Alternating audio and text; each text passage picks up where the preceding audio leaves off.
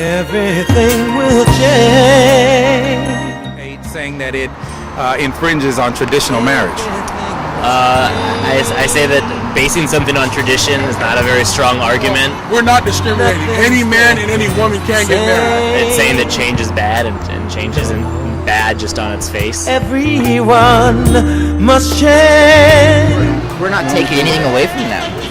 This takes nothing away from them. It gives us the same thing that they have. Get right to fight for us! Young become the old. My daughter attended Faith Ringgold School of Art and Science. She's in a kindergarten class.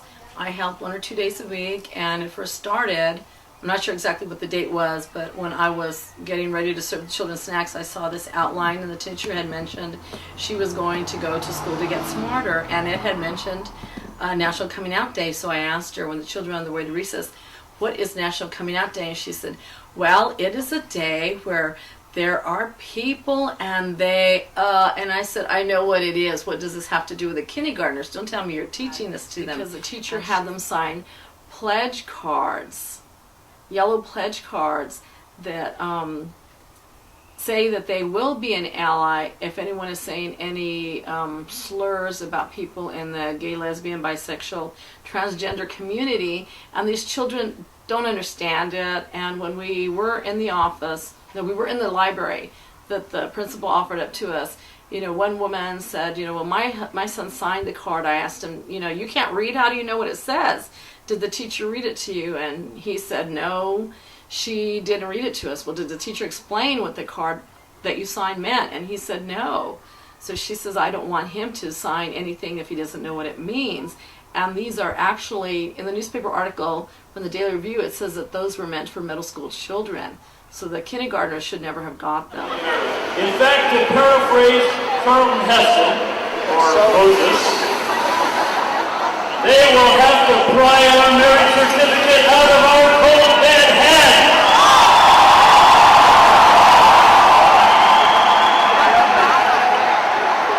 Wake up, California! Wake up! We are stepping out of the shadows, and we are stepping out of our crawls, and we are claiming our rights as citizens under the Constitution of this state of California. I'm a supporter of marriage equality.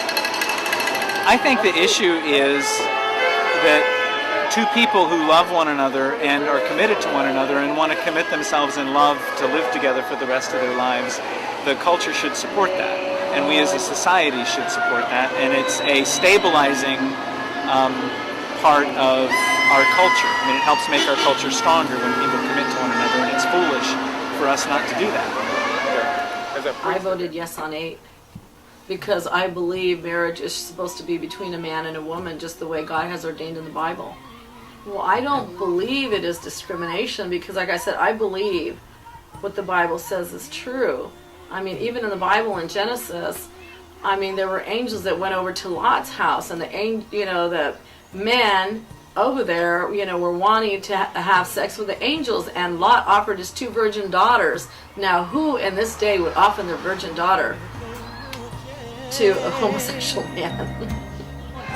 I don't see, in a careful reading of the scriptures, I don't see anything that is opposed to same-sex marriage, nor do I see anything opposed to homosexuality in the scriptures, especially as we see it today in committed couples.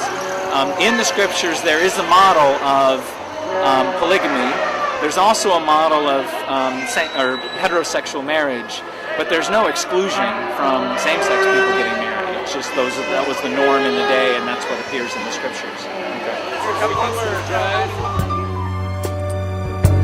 Mysteries do unfold.